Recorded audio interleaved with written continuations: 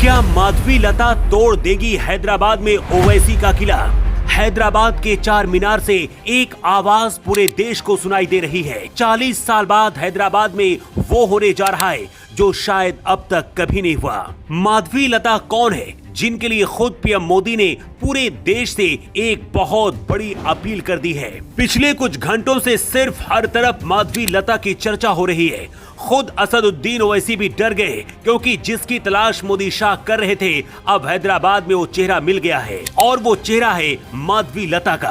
कुछ दिन पहले तक इस चेहरे को बहुत कम लोग जानते थे, लेकिन अचानक से माधवी लता सेलिब्रिटी बन गई हैं। माधवी लता को देखकर ही आपको पता चल गया होगा कि इनकी विचारधारा क्या है और धर्म को लेकर अपने कितना ज्यादा कट्टर हैं। कहते लोहे को काटने के लिए लोहा ही लाना पड़ता है। ओवैसी परिवार के 40 साल के साम्राज्य को खत्म करने के लिए माधवी लता हैदराबाद में ओवैसी के खिलाफ उतरी हैं। लेकिन जिसके बारे में पूरा देश अनजान था, जब उसकी पूरी कहानी माधवी लता ने बताई तो पीएम मोदी भी भावुक हो गए। पीएम मोदी ने तुरंत ट्वीट करके पूरे देश से माधवी के इंटरव्यू को देखने की अपील कर दी है। सबसे पहले आपको बताते हैं कि आखिर अचानक से चर्चा में आई माधवी लता कौन है, जिनके सहारे पहली बार हैदराबाद में 40 साल पुराना रिकॉर्ड बीजेपी तोड़ने का ख्वाब देख रही है।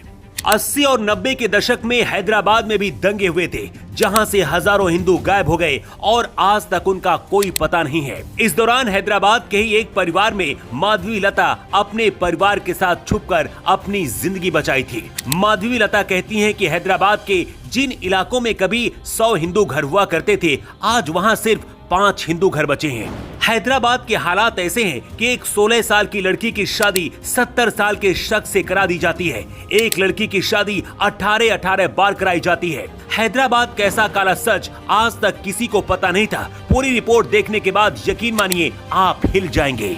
1980-90 के दौरान हैदराबाद में कम्युनल राइट हुए थे।